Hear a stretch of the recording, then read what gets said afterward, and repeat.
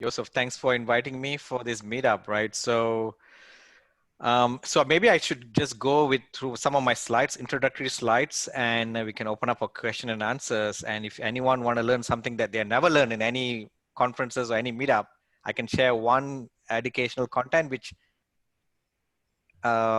you may not have learned, right? So, All right, great. right. So, I mean, just if you have time, right? So, but I think that'll be a really good, valuable thing that you guys can learn. Because Yes. Before James goes further, Mhm. one astonishing fact from James is that he manages 1,700 unit portfolio alone. He's the only GP. That's what Yeah, astonishes yeah. me. Yeah, we are single GP. I mean, we have passive investors, but we are the only GP in our deal. So we raised the money. We have raised almost $50 million, all on my own, and we are managing 1,700. We have like 40 staffs, and I'll go through my bio in a short while if you guys want to go through All it. right, So let's do the slides. let's do the slide. So yeah, I mean, Yosef was talking to me about a lot of things. I say we can talk all over it, but there's so many things we can cover, and we have like 30 to 45 minutes. So can you guys see this slide? I'm not sharing. Hold on. Okay, can you guys see this? Yes, there you go. All right, Achieve Investment Group is my company, and this is myself. I'm focusing a lot on acquisition and investor relationship, and I do my own underwriting and asset management, even though I should have put that in. And my beautiful wife, Shanti, she does the property and construction management. So two of us runs this entire company. And we are focusing a lot in Austin and San Antonio, more than 130 million in asset under management, 1,700 units, 9 apartment complex. We actually closing one more deal, in 2 weeks, right? It's called the COVID deal. We are the first one to get a COVID deal. I mean, you can see a lot of people are doing deals, but everybody doing pre-COVID prices. But we got a deal at 30% discount on a forbearance. I'm closing in 2 weeks, so I can talk about that deal because it's very interesting. We put it under contract in 3 days, and we are closing on a loan assumption within 50 days, which is crazy, right? A loan assumption takes like 3 months, but we are closing in 50 days, which is crazy. It's called the deal of the year by some of the brokers in San Antonio and Austin. So we are vertically integrated asset construction and property management. I have my own book, which I'm going to be offering at the end for free. We've sold more than 2,000 paid copies, listed as top 15 real estate investing book by Jim Cramer, The Street. A lot of people write books, but they could not sell, and they never talk about how much they have sold. But I can tell you proudly that we have sold more than 2,000 paid copies. I do give for free, but I don't count that. Also, Achieve Wealth podcast is a bit more technical podcast. And if you guys are interested in being a sponsor, that is the podcast to learn, because we go very deep. There's no fluff, there's no high level, there's no high buy. How do you get started in real estate? We go deep into the operation and asset management, and try to get deep secrets out from the operators. My Facebook group is called Multifamily Investors Group. Right now we have like 7,000 members within the past 2 years. So every week we have almost 100 to 200 members joining. I don't know where they are joining, but I'm very active in that group, and there's no marketing or promotion in that group. So I also have my own mentoring program for active and passive investors, even though I'm not very well famous in the mentoring side because I'm an operator. I don't do a lot of education side of it, but I do have some people who want to learn some of the things we do. So we do mentoring as well. And we also do for passive investors, which I'm going to talk about in a short while. Won the San Antonio Apartment Association Property of the Year for Best Rehab. Keep in mind, this is not an easy award to win, because there's Greystone, Capstone, all kind of big property management company, which we bid to get this Property of the Year award for 2017. I'm also a CCIM designation in 2019. Keep in mind, don't think that just because of CCIM I'm doing very well. Okay, this is only in 2019. I already owned like 1,000 units at that time, even before getting CCIM. So it's a good designation, but it's not a must to become very successful. So don't get confused with that. So organizational chart. This is our chief companies. We have 4 corporate staff working for us. We have asset management. We have property management. We have also have construction, which is also vertically integrated. We have our education side, which we will grow at some point. And we also have Achieve Cares Foundation, which is a 501c non-profit organization, which we recently created to help, kids in the third world countries, especially on education, right? So we have like 300 something kids in Mexico, India, and Africa right now. So vertically integrated company, right? So this is how we got started. This is one thing that Joseph was asking, how do we start and scale so quickly, right? We started single family houses in 2013. In 2015, I bought 13 houses. Within 2 years, we bought 13. We have almost 400,000 of equity. We refinanced this equity into a first multifamily, which is a 45 units in 2015, December. So it's almost like 2016. So for the past 4 years is what we have grown from 45 units to 1,700 units right now. In fact, if we include the 263 units that we are under contract, closing 2 weeks will be almost 2,000 units. So we have bought like first 45 units. After that, we bought 174 in 2016. 2017, we have 115 units. And after that, we start buying double properties. We're buying like April, we closed 2 properties, 150 and 309. And after that, we closed 1 single property. And after that, closed another double property here. One in Austin, one in San Antonio. And we sold the first one that we had. It was too small for us, the 45 units. We made 332% for our investors, not even for the whole deal. Whole deal might be a lot, but our investors made 330% in 4 years, right? 50% IRR. Wow. Yeah, like It's crazy, wow. right? Yeah. So this is my book, launched in February 2019. It's an international bestseller. There's a lot of reviews right now. We have like 60 reviews right now in Amazon, and I don't pay any of these reviewers. It's a really good book. You guys should get it, and I'm going to offer it for free at the end, right? So, thought leadership. I started this maybe 1 year ago, maybe 1.5 years ago. My investors group, right? Right now we are like 7,000, and we have my podcast. And don't think because I have this group, I'm getting a lot of investors. I get almost maybe one investor out of my 300 plus investors that I have from this group. Yeah, this is my Chief Academy. We do a mentoring program where we talk about psychology of success, raising money, selecting markets, but and all this is all normal underwriting deals. But what a lot of people don't teach is asset management and property management, and we also do live property due diligence, right? So, and this is the cost that I do for passive investing. How to get started, consider deal sponsors, the process, how to analyze deal, capital source. So the first 7 part of this passive investors a course, you can get it from my book. It's actually a video session of my book. But the last one, I call it the dark secrets, is becoming super passive investors. That doesn't exist anywhere else. I need some time to write that down. But that is a really good chapter in that class where we talk about all the dark secrets of syndication, which not many sponsors will talk about, right? And if we have time, we'll talk about one of the case there, right? So this is our portfolio and case studies, right? So Hutchings Palm, which we sold, I told you the first one. Boston Woods, we made 117% in 12 months. Even Hutchins, we made 170% in 12 months. We refinanced it out. It was running on infinite return for 3 years before we sold it. And this one is running on infinite return right now. We're still having it. Why you want to sell it since it's infinite, right? There's no risk. All my investors are very quiet, even though I give them 7% cash on cash, because that's actually an infinite return. Soul is we refinance 80% in 15 months. Villa de Oro is cash flowing, Alamo's cash flowing. All these are cash flowing deals right now. Even with COVID, we did a distribution of Q2. There are some challenges with the COVID, but all our deals are cash flowing, and we are riding it through pretty well, even despite COVID and all this moratorium that's happening, right? So, and that's it. I mean, let's open for questions before I go for, if you have time to talk about, some knowledge that you guys have never gotten anywhere else, we can definitely talk about it. Any questions? Any questions so far about his portfolio and program? There are some. So, James, how you had mentioned that COVID did impact rent collections, but what do you see overall? Like, what percentage has it decreased since COVID?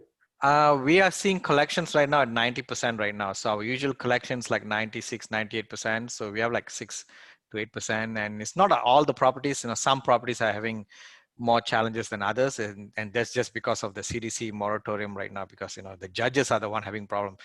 Even the residents are okay going for eviction, but once you go eviction, because all the judges are actually going to election right now, they're trying to be nice to all the renters, and they are invoking the CDC moratorium. So, but in general, we are 90% collections right now, which is still pretty good, because all our break-even occupancy is like around 70%.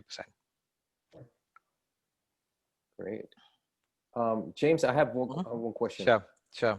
How did you, the first deal, how did you earn the investors' trust for your first deal being solo GP? Like usually we team up with experienced indicator sponsors and use their experience as leverage. But how did you do that? Yeah, so the way we did it is when we did all our single family. I mean, can you guys see the slides? You can see it, right? Yep. Okay. So when we did our single family, we start talking about all our single family successes. Because of that, when we did our first deal, the 45 units, we were able to already have some track record, right? At the same time, the 45 units is a really, really good deal because we found it off market, right? That's one way for any of you to get started. I mean, if you're doing a normal deal, it's going to be very hard to find investors, because investors got a lot of options, right? There's many options why they want to go to the newbie, right? But if you bring a deal which beats expectation, beats price per door, beats price, then of course they're going to, hey, that's a really good deal. The guys, the syndicator is a secondary. I can focus on the deal, so they invested on it. And I didn't need a lot of money for this 45 units, only 430,000 for 45 units. It was 1.5 million. And as I said, we were buying it at 35 a door. And at that time in San Antonio, it was 55 a door. So we are buying like $20,000 per door less. So that's the tips for all of you guys. If any of you want to start, I mean, you have two choices, right? Either you buy the normal deal or you buy an exceptional deal where people are going to just overlook you as a newbie, right? So you buy an exceptional deal, you will be able to get investors jumping on it. And to get exceptional deal, you have to do things that other people don't want to do, right? Which means you have to go off market and look for sellers, and you have to go direct to them and look at hundreds of deals before buying that one major deal. So that's what I would recommend. A lot of people who are trying to start to launch your career into this, just do the first few deals, do a really, really awesome deal, because you can talk about it throughout your career. You can talk about it in podcasts, you can talk about it. People will resonate with you because they know that you have done a really good turnaround of an awesome deal, rather than you just buy the normal deals, right? And the normal deals are very simple. If you're going through brokers, if you're going through best and final, that's all normal deals, right? In fact, most of the best and finals are everyone's overpaying for it, right? In best and finals, that's the definition of best and final. The guy who won the best and final, actually the guy who thinks that his money is the cheapest, or he can willing to overpay for it, right? That's the definition of best and final, right? If 20 people is bidding for the deal and you won the deal at the end, what that mean? you're the most the guy who paid the most, right? So you can't go and tell that story in a podcast, right? Because you just not did a normal deal. So do exceptional deals as a first timer. Great advice. Yeah. There's some questions in the chat box. Okay. Yosef, do you want to ask them? Sure. Actually, I'll combine these two from Craig and Jefferson. How do you target and find off-market deals? And are you doing direct-to-seller marketing? If yes, what marketing has worked for you? Sure. So the first two deals, I mean, if you guys see this, can you guys see this? Okay. Yep. So this is all my deals. So this one, number one, Hutchins Farm, I bought directly from the seller. That means high handshake. I told the guy's hand and said, okay, we're going to talk about deals here, right? There's no middleman. Boston Wood's the same, right? We go direct to them, right? Soul, we got it through a broker, but it went in and out of contract 4 times before the 5th guy, me, who came and buy it, right? So this one was also off market.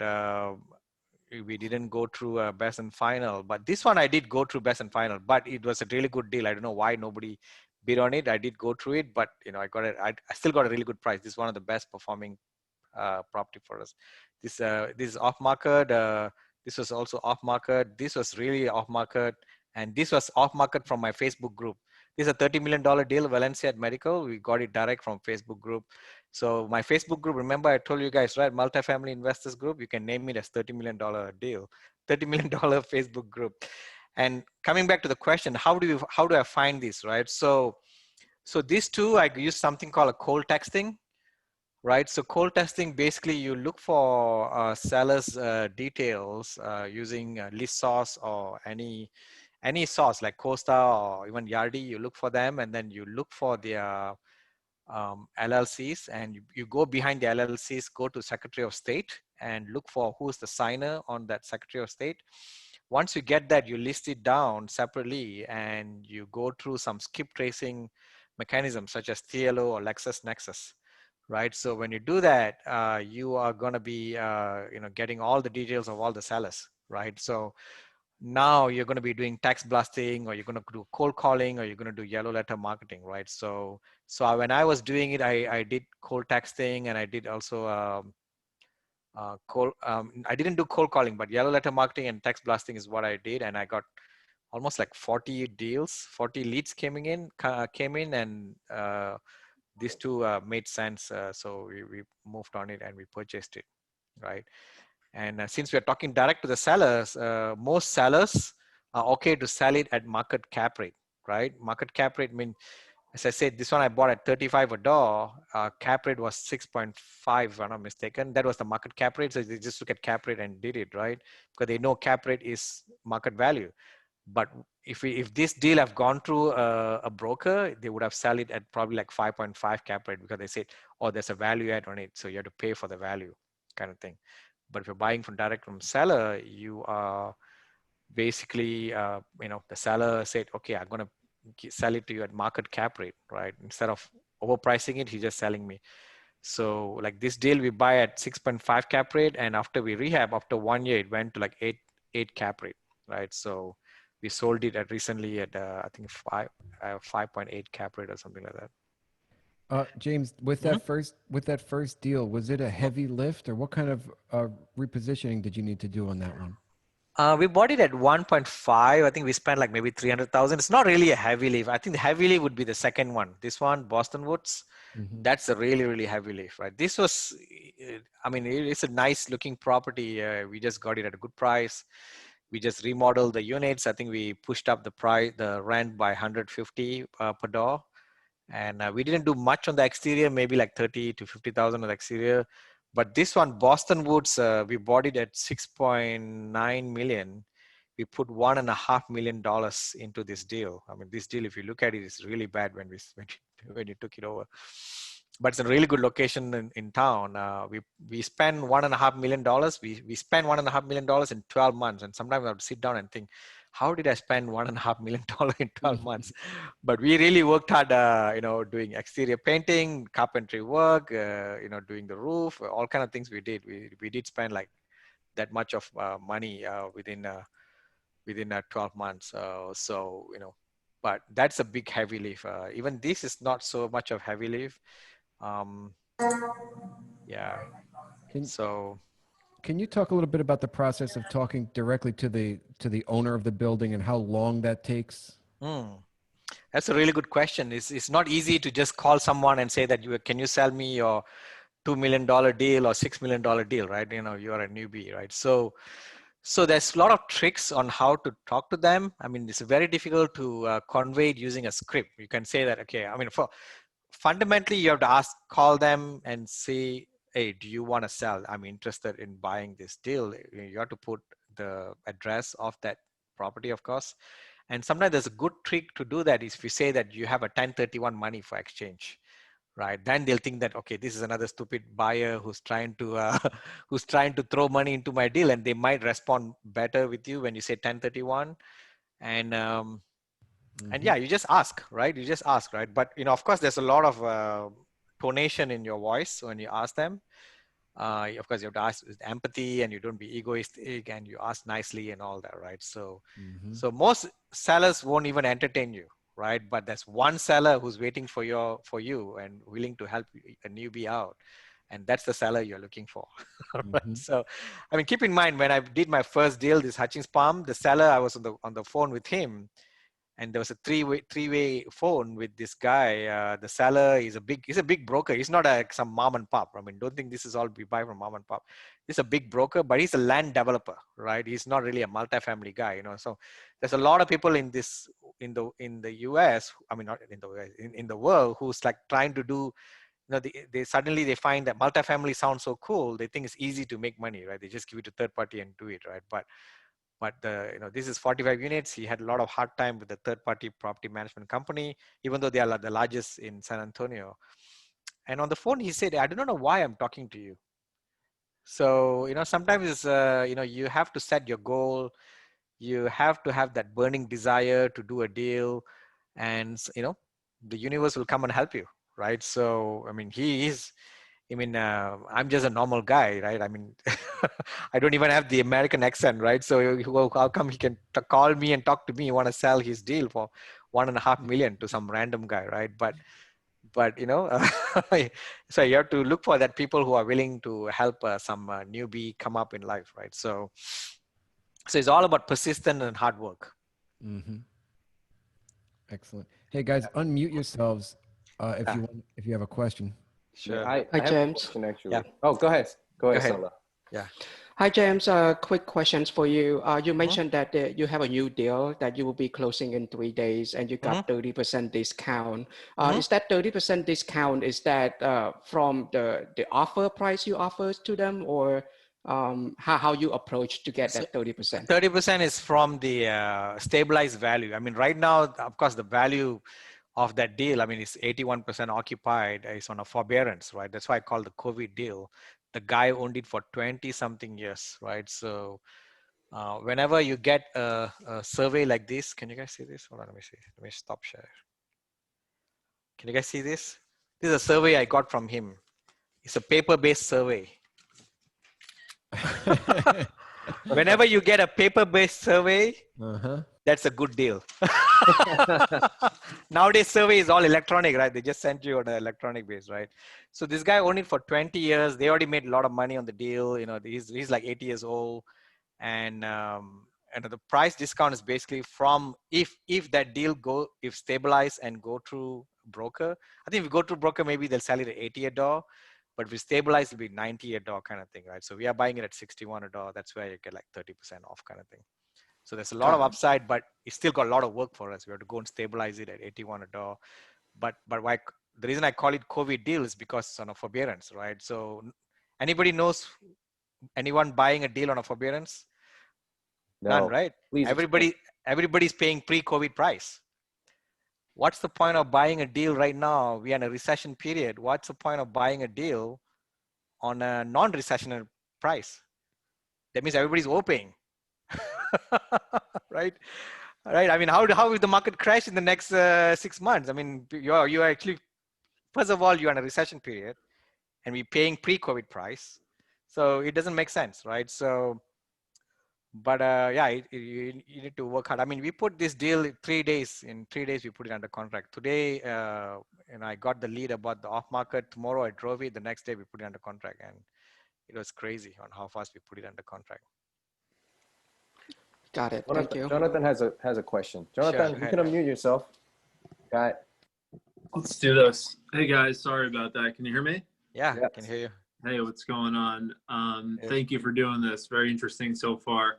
How did you have a number in mind that you calculated as a COVID discount price that you were shooting for? I've heard other syndicators and syndicator friends talk about, main one that I know that talks about this a lot is Neil Bawa, talking about how in today's market, there is a COVID price that's different than what a lot of the transactions are closing out. But I haven't heard anyone talk about how they're calculating that, or if they're underwriting it a certain percentage differently. So is 30% a number that you feel is factoring into COVID, or is that kind of a ballpark deal by deal thing? Well, 30% is an awesome price. It's not even a COVID. It's much better than COVID discount that I was expecting. I was expecting at least 10% discount on any deals, because you don't have application fee, you don't have late fee right now, right? You don't have a lot of fees that you can charge, right? And you can't even do rent upgrade. And you have to put on top of that, all your loans is Fannie and Freddie, which means you have to put a reserve, right? So at least 10% discount, right? And I looked around, I saw so many deals out there. People talk about, yeah, we got a $1 million discount, but $1 million discount out of a $30 million project, that's not even a 3%, 2-3%. What's the? I don't know. They don't really talk about percentage, right? I mean, I saw we got a $2 million discount out of a $50 million deal. I mean, for a seller, it's nothing, right? I'll take it out from my hand, but you are getting really nothing, right? So even anything below 10%, actually, everyone's overpaying, right? I mean, because you have a reserve. I mean, who's paying for the reserve? Your investors are paying. Your cash on cash is dropping down, right? Yeah. So, but people are doing deals because there's so much capital out there, and people say there's no multifamily didn't crash. I mean, I agree, multifamily is not going to crash, but the best operator will look for COVID discount, right? And if I don't find it, then we don't do the deal, right? So, but people are doing deals just because there's so much of capital out there, and they don't mind. And but for me, it's like I need to find a really good discount. Totally. Yeah. Okay. Yeah. Awesome. Thank you. Yeah. Any other questions? Hi, James. I have a question. So when you underwriting all these deals now, especially now during the COVID, do you have any specific criteria that you underwriting differently before COVID? For example, it's like rent increase or occupancies or bad debts and all that. Is there any rule of thumbs that you use? So rule of thumb is I think that's pretty simple. I mean, year one, there's no rent growth. Year one, there's no rent growth, and we are not doing any remodeling, right, for the next 1 year, right? So, but I'm not really a big believer in our year one no rent growth. For me, when I do a deal underwriting, I follow something called a BUM methodology, BUMP, and let me tell you what is BUM, and this is what I teach some of my students. It's called a build-in and market comp underwriting, right? So first of all, we look for built-in upside in any deal. So when we're buying in a deal, even before COVID or after COVID, we look for BUM, BU, right? BU is built-in. So basically, when we buy a deal, without me touching the deal or putting any capex into the deal, what is the hidden upside in that deal? So we look for all the renters who are paying the highest price versus all the renters that's paying normal price, right? So if the highest guy is paying $100 more, right, there's a certain percentage we look for, like 10, maybe 10, 15%, we look for that. If 10% paying more and everybody else is normal, so that's called a loss to lease, right? So that's the built-in upside. So without me doing anything, I know I can push up the rent by $100. So that's my basic buffer, right? So once we do that, then we look at that deal and we look at the comps surrounding it, right? So surrounding the cost. So that's the market comps that we do. So BU is the built-in upside, whereas the MP is the market comp, right? So when we do the market comp, we look at, okay, is this deal really underpriced? Even the highest rent, is it underpriced compared to the rest of the market, right? So we do two-step underwriting, right? When we do two steps, I mean, at least I know when I buy the deal, I have a built-in upside. Without, let's say the whole crashes or the economy goes down, I know this built-in upside is my basic buffer, right? On top of that, I go in, right? And all that will translate to asset management and property management, because once you close on the deal, right? So first of all, we don't immediately go and remodel units, right? You don't immediately go and say, hey, let's start remodeling units. What you do is you look for base upgrades without, not say base upgrade, base rent bump without doing anything. That means just by installing your management skill, you're going in and you're trying to burn that loss to lease very quickly and pushing up without even spending any capex money.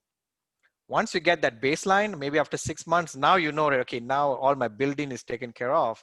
Now can I remodel it and go into the market component? So there's two steps that you do on asset management or property management, right? Since we are vertically integrated, we can control a lot of it, right? We know how to monitor that and all that. Yeah, it's not wise to just go and spend money on any rehab, right? That's not really a wise strategy, because you might be over rehabbing deals, right? And you also do not know how much the market's willing to pay, right? So the market may not want an over rehab product, right? So you need to test all that on the market first before you go and spend all that money, right? So like the deal that we're buying, 81% occupied right now, 263 units, that has a $135 rent bump. But we're not going to go and remodel the unit. We're going to just go and fix the management first, bring it up to 90%. Once we get a baseline, then on top of that is when we go and put in the capex money into it, right? Then we go and see whether, then we slowly, because you have to be really careful with your capex money, right? So you don't over rehab, and you want to slowly test out the how much you can absorb. That makes sense. Thanks, James. Sure. Awesome. Yeah, let me know if it doesn't make sense. Okay, I can try to explain it better. It did. Okay, good. Hey, James, quick question. Sure. So based on my conversation with some of the attendees today, majority of people are really into the multifamily mindset. However, some of them still, you know, they're choosing whether they should start small, like a single family or duplex, before jumping into the multifamily. But by looking at your, you know, history, you actually started with single family. But I do see other people telling basically single family doesn't really make sense, so just go straight to multifamily. What is your view on this, and what is your I think if you don't do the single family, you go direct to multifamily, you are probably missing the elementary school, and you're going direct to the middle school or high school directly. So you lost the fundamental of real estate, right? I mean, I know a lot of people have been successful going direct to multifamily, but keep in mind, all these guys started in the past 9 years. And multifamily has been doing very well in the past 9 years. Until now, it's still doing very well, right? If the market, I mean, right now, I mean, because of recession, a lot of people have to figure out, okay, now how do I manage my residents right now? And that is not, if you do not know how to read a lease, if you do not know how to work with tenants, if you don't understand their mindset, you cannot really do much during a recession, because most of the guys who started for the past 9 years, they have been riding the market cycle up, right? They don't have to do anything, right? Prices have gone double, right? And but I think you need the fundamentals of real estate, which you get in a single family, triplex, fourplex, even a small multifamily. You learn a lot of fundamentals of real estate on that aspect of it. So it's okay to go direct to multifamily, but keep in mind you're missing a lot of things on the real estate science, which you'll get it in the smaller scale. Okay, that's my thought. Yeah, good, thank you. But just hopping on to that question. Sure. So if people are still convinced to start through multifamily without going to single family, what is your tips? Just learn the property management aspect of it. Don't skip it through, because nobody really teaches property management, right? Everybody thinks it's easy. But if you look at the asset classes, all the asset classes, if you look at office, if you look at warehouse, storage, if you look at what else, what are the asset classes I have other asset classes, right? The most complex things in multifamily is property management, right? It's a thankless job. It's not easy to do property management, but that's where you make the most money. If you can squeeze all your profit center of multifamily, if you can squeeze all your profit center on your multifamily, you can really, especially on the property management side, you can really make a lot more money than giving it to a third-party property management, right? So. Okay. You can still do it, but just learn property management. I mean, you guys know Ken McElroy, right? Yeah. Yeah, he started as a property manager, and if you go and ask him the same question, he's going to say, go and do some property management work. Just understand how they do it, or at least be close to it and learn how are they doing it, right? So. Okay, thank you. Yeah. I think Bhavin has a question. Yeah. I think he said currently he's a student, getting to multi, thinking of doing house hacking. That's house hacking is an awesome idea. You just go and do house hacking, learn how the rental income works on the house hacking, and from there you slowly progress, right? Is there a question? What's your biggest challenge right now? Oh, that was a question previous to that. Oh yeah, biggest challenge is CDC moratorium right now. I mean, we were handling all our residents very well, changing their mindset to pay and all that. But the CDC moratorium throw a lot of things out of the way, because now the judges are giving CDC moratorium at the eviction court, right? So when we go and evict people, the judges said, "Oh, why not use a CDC moratorium?" So there's some challenge there, but it's not a lot of residents, maybe like 5 to 10%, but it is a problem right now. Okay. Any other questions? What was the paper you held up? Rand roll. Oh, this is not the Rand roll. This is a survey. Sorry, maybe I shouldn't say. This is the property survey. And only those days, 20 years ago, is when they do property survey on a paper. Nowadays, it's all digital format. That's what I'm saying. So we have a question from Tanner. So how much insurance on a 100-unit building? Insurance right now in Texas is like around $400 per unit, right? That's the normal rates right now. But I think it depends on which state you are in. Like I know in Arizona is so cheap. I think insurance is super cheap, but Texas is a lot more expensive because we have hailstorm and all kind of storm happening here. James, when you talk about that insurance rate, does that include different subcategories like an umbrella policy for that? Yes. That's all encompassing. Yeah. 400 is all encompassing. There's a liability, there's a property and umbrella, right? Property is the biggest. Property will be like 80% of your insurance is your property. Right? Got it. Okay. Right. Thanks. So we can go through one more session if you guys have time. I mean, up to you all. So, I just have sure. Go ahead. One quick question on that. What is something that and it's just a question I ask on my podcast a lot too for anyone in the audience that may be looking to bring value, but hopefully, if you don't mind, is there anything right now you need help with, or is it a challenge that if someone reached out and tried to take some work off your plate or do some pre-work for you would be a benefit, and it could be kind of a trade-off situation? Because I'm sure people reach out to you a lot. What would actually help you? Getting deal flow. Okay. Yeah, because I think we can raise the money and do the deal, but getting the deal flow which meets our box is very, very difficult. Most of the deals I don't even look at it. Whatever I get through email, the email blasted, I don't really look at it because you have to go through that bidding, right? When you go through bidding, actually you're going through sell bidding. You actually sell bidding, right? And I've seen best and final, and after that you give best and final. They say there's another best and final, right? So yeah, totally. Yeah, I mean, I've realized that instead of wasting time in best and finals, you rather waste time doing off market, because when you find that one deal off market, you make a lot more money than all these guys in best and final. One last question just on that for like deal flow. If someone were to bring you a deal, another concept I feel like I've been seeing more of, but people tagging up with people to be KPs, key principals. Do you recommend that ever as an avenue for beginners? They bring the deal, they can sort of get help raising the money and get some maybe hand holding through it and some balance sheet help. Absolutely. I mean, yeah, you can get help. I mean, balance sheet is a small percentage.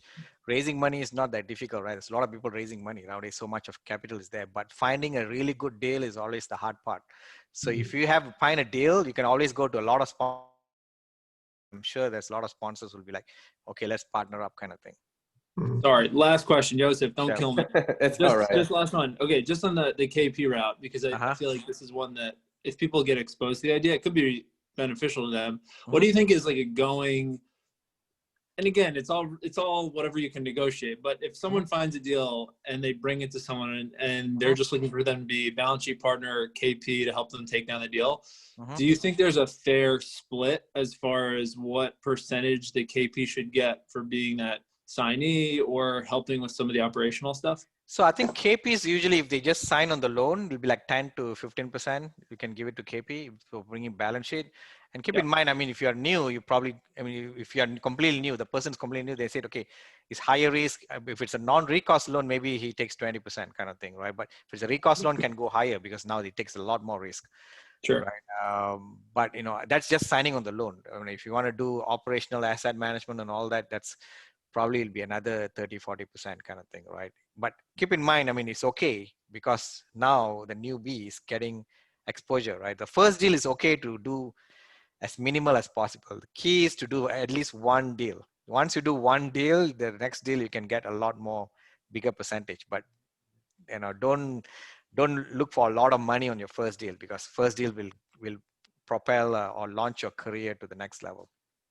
Okay, thank you, Joseph. I'm sorry, I had to. Not problem. I almost forgot that James prepared two sessions because I had so many questions. Sure. I mean, we can go through it. I mean, if you guys do not want to go through it, it's fine.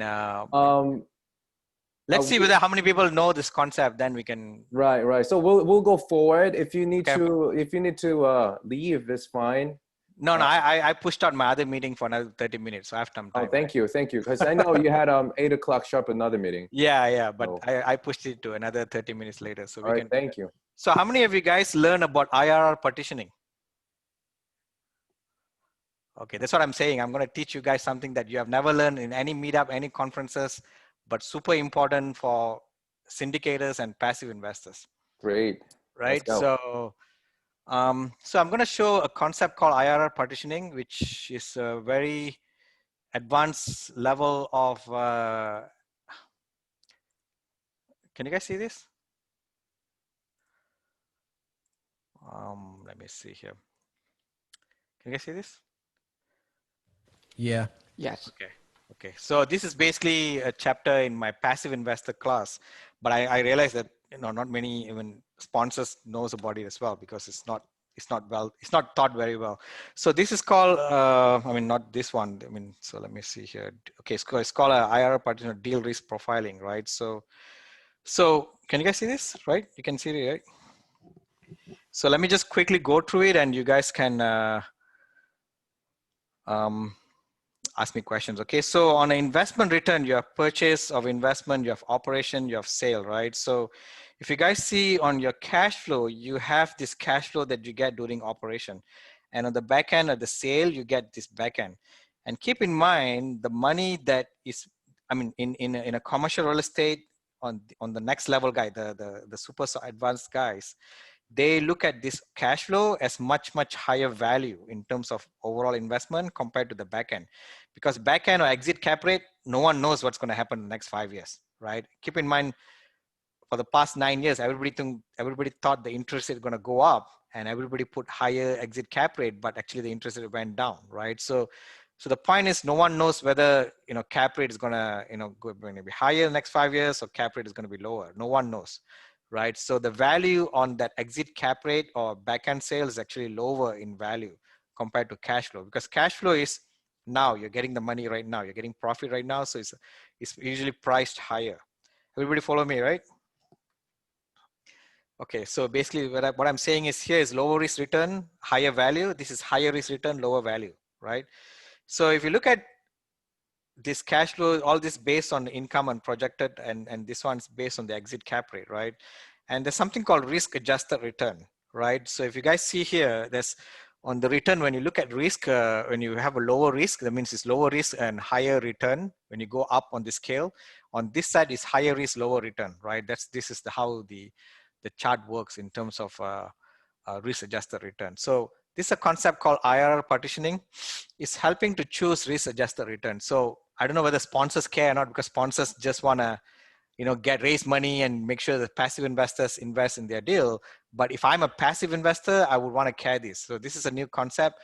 For example, if you have a cash flow return, 70 to 100% of this overall investment, and equity appreciation 0 to 30% is considered lower risk but higher return, right? Because now you're getting a lot more money on the cash flow, you're getting less money on the equity appreciation when they talk about overall return here, right? So the same thing, if they go, cash flow is lower, but the equity appreciation is higher, it's called higher risk, right? Because the risk adjusted return is high.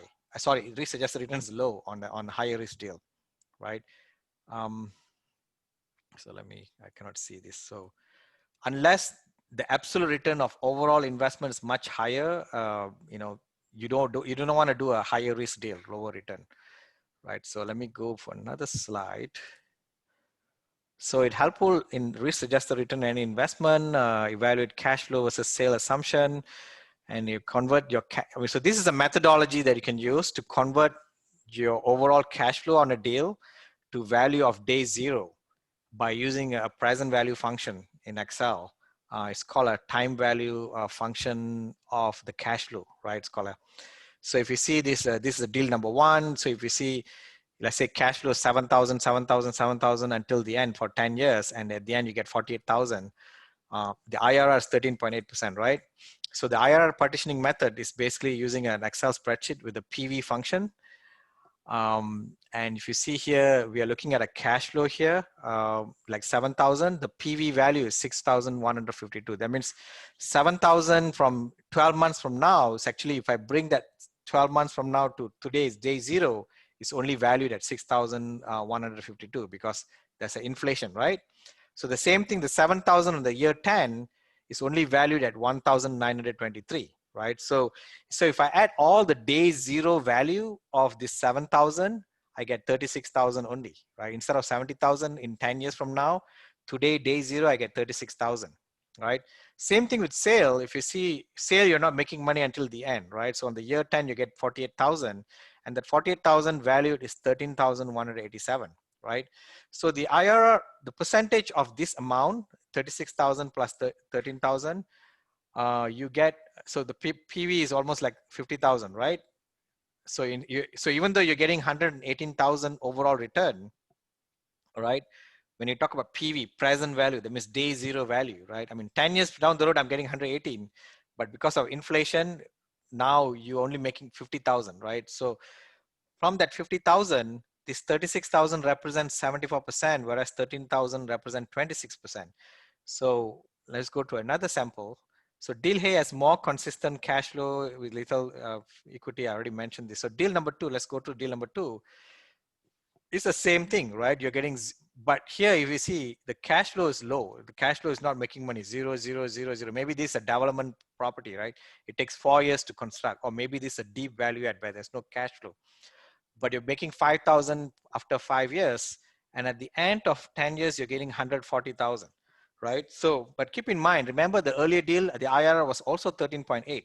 This deal also 13.8. So when a sponsor talks about IRR, this is a very, very misleading, right? Because they just talk about 13.8% IRR. And people say, oh, this is the same deal. It's the same IRR, right? But you know, the cash flow is different, right? And keep in mind, what did I say? Cash flow is higher value than the back-end return. So same thing, we do the IRR partitioning where we take 0, 0, 0, and you know, we are getting 0, right? And after year 5, we bring it to present value is only 2,600, right? Same thing, year 10, 5,000 is only valued 1,370. So in this case, the PV, the present value of overall investment, even though it's 13.8% IRR, similar to deal number 1, you're only making 39,000 present value. But in this case, if you see the return, when you split this overall PV of cash flow and PV of sale is 77%, whereas PV of cash flow is 23%. So in this case, what has happened is, you know, the cash flow is lower value compared to the back end, right? 77%. So even though you're getting 13.8% IRR, you are making a lot more money on the 77%, right? On the back end, right? But keep in mind, as I said, back end is higher risk, unknown return, right? So, so if we look at both of these deals, it's the same IRR, right? But the risk adjusted return is different, right? Because here your cash flow is higher percentage, whereas here your back end is higher percentage. If I were a passive investor, I would say deal number 1 is lower risk and it makes more money for me because it's all based on cash flow. It's predictable, whereas back end you can't really predict, right? So so what does this talk about? So this just mentioned about, you know, in terms of cash flow, this is 75% return. This is 23%. So this is a worse deal than this, right? So deal number 1 has higher risk adjusted return compared to deal number 2 because this, you get a lot more money from cash flow, right? So this is basically the free template that I give to people. So does that make sense? Yes. Yeah, James. And I need to watch this again. No, it's really cool. Is it recorded? Yeah. Yes. Oh, okay, good. So it's a concept that you all never learn anywhere, right? Yeah, and even from the beginning, IRR is not easy concept for passive investors to grasp it, right? Correct. So But go ahead. But you'll be surprised on how many advanced passive investors. I've talked to a lot of passive investors, and they love the IRR partitioning. They say, that's it. This is what we're going to use from now on, right? Because we can't say 15% IRR or 70% IRR, right? It's very difficult, right? But you have to look at the risk of the deal. Right. Right. So I would assume, James, you're looking to be on all your deals. You're going to be cash flowing right out of the gate at a good cash flow, and you're not looking for a huge appreciation as far to maintain that lower risk level. Well, that if I'm a passive, I would definitely do that. But usually on the deals that I do, either I have a cash flow or I do a deep value add where I can refinance in year 2 or 3. So when you do a refinance, I return capital. Your PV is going to go up, right? Because you're retaining a huge amount of capital. Earlier, yes. Yeah, earlier. So your balance of cash flow versus back end is much higher because now you're getting a lot more money in the front end itself. So your ratio is much better when you do a deep value add, when you're able to refinance. So great. Right. Awesome. Yeah. This is how you analyze deals. And I'm surprised nobody teaches this in any conference. There's so many gurus out there teaching things, charging a lot of money, but they don't even know these concepts, right? But I'm doing an educational passes for some passive investors, because I think for passive investors they need to know how to separate between a good deal and a bad deal. Thanks. Ravi, you can unmute yourself and ask question.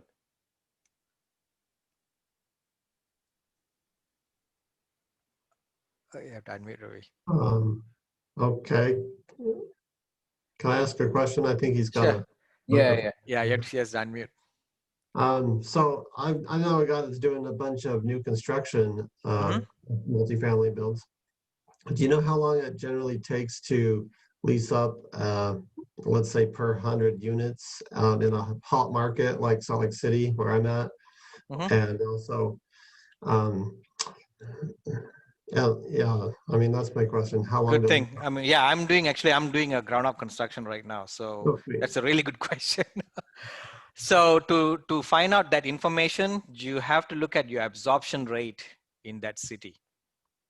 So what you do is you look for all the deals that recently constructed and look at what was the absorption rate.